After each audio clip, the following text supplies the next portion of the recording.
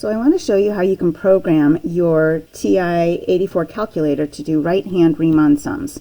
Before I do that, let's just recall what a right-hand Riemann sum is going to look like so we know what to program. So I'm going to use, just as my examples, this function y equals 9 minus x squared, which I have sketched right here. We're going to look at that interval 0 to 3, so that first quadrant part. And just so that we can get our minds around it, we'll take n equals 6. So that means I need to divide this up into half marks. And then for the right-hand Riemann sum, that means we're going to take the right-hand side for each of those rectangles to get their heights.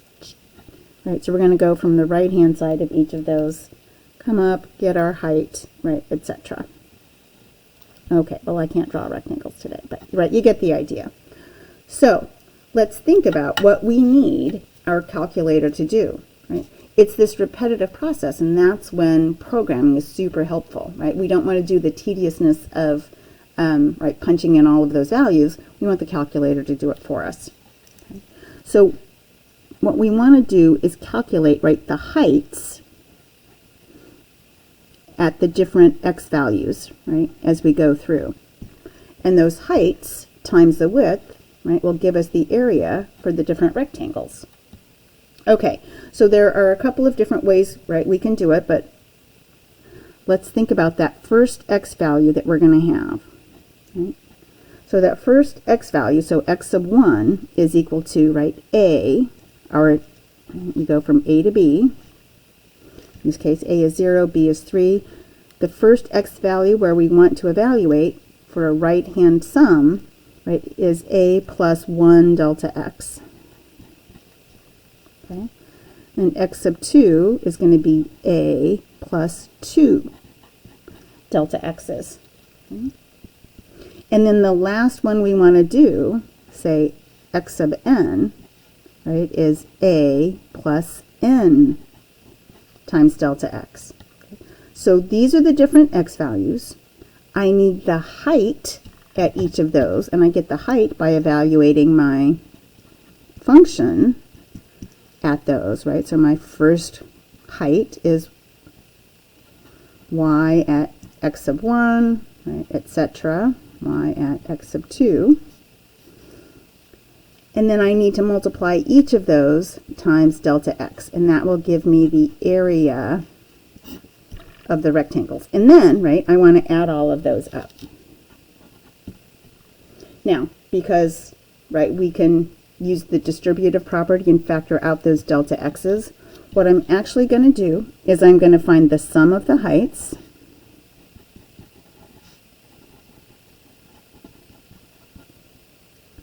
and then I'm going to multiply that sum times delta x, and that will equal my area, right, the total area under the curve using those right-hand endpoints. Okay, so go ahead and grab your calculators. I'm going to move this aside. I'll keep it for reference.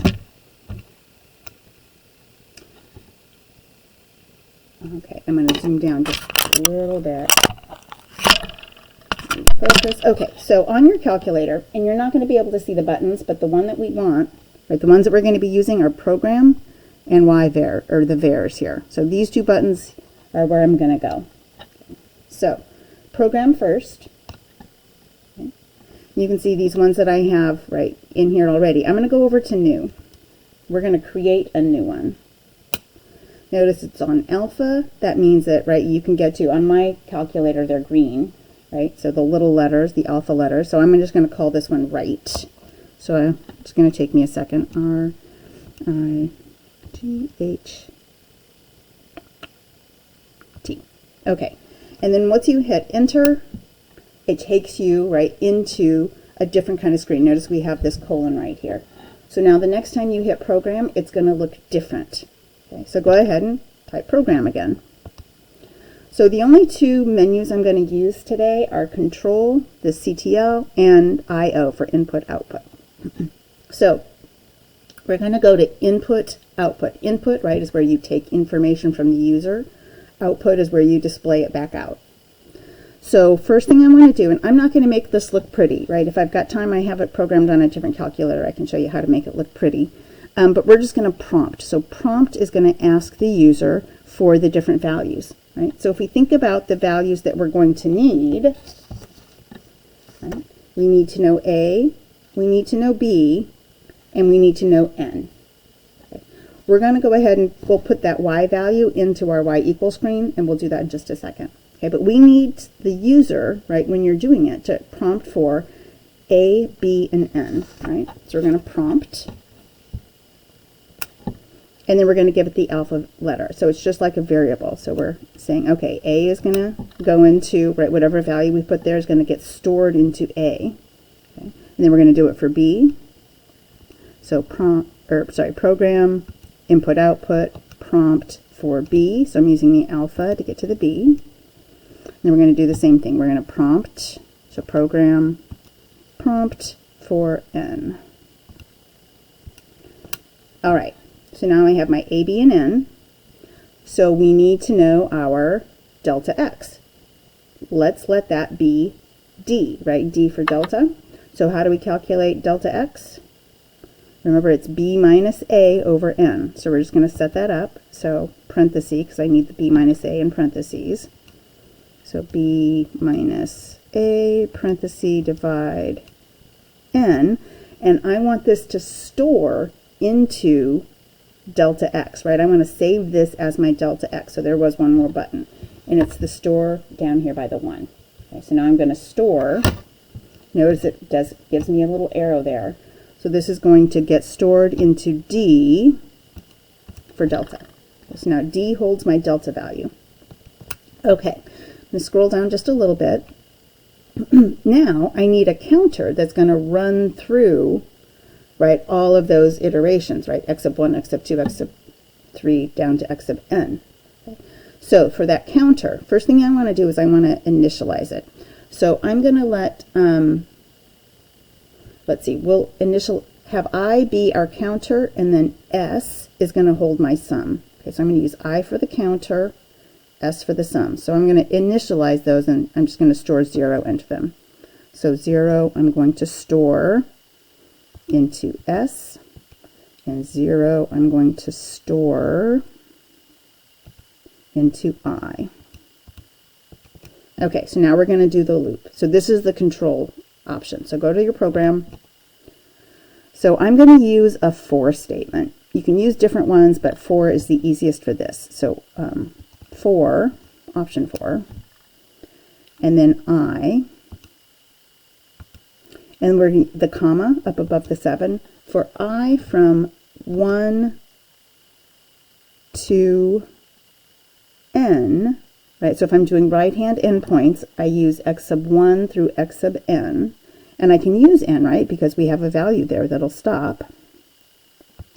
Okay, and then close your parenthesis, and now we're going to tell it what we want it to do for all of those, right, I values. And what we want it to do is evaluate y at those different x values. Okay, so let's figure out how to get those x values, right? So that first one is going to be a plus I times delta x, right? So I have I delta x's for that first one, and that was our d. Okay, so and that's what I want to be my x value, so I'm going to store that. Now when you go to use x, you want to use this x var, right? So the variable version of x. So we're going to store that into x. Okay, so that first one, right, if I is 1, my first x value, right, x sub 1, okay, a plus 1 delta x. X sub 2, a plus 2 delta x's. Okay, so that's what this loop is going to do for me. Okay. But now I want to, right, evaluate my function there. Okay. And so if I use the y variable, it's going to evaluate at this x variable. Okay, so vars, y vars function, and I'm going to put, right, my function into y1, right, that 9 minus x squared. So y1 plus s is going to be our running total, and we're going to store that back into s. So each time we do it, it's going to take the new y value, add it to the previous sum, and add it back into sum. So that's why it's important to zero out your sum when you start. Okay? All right. I'm a little worried about my zeroing out my I, but we'll see. Okay, I think that's all I need to do, right? So I need to end my for statement just to be sure. I'm not sure if this is a necessary thing, but I know when I do it, it ends well. So I'm going to end. And now we're ready to display our answer, right? So that area, so again to program, now we're going to do an output, which is display. So we'll just option 3.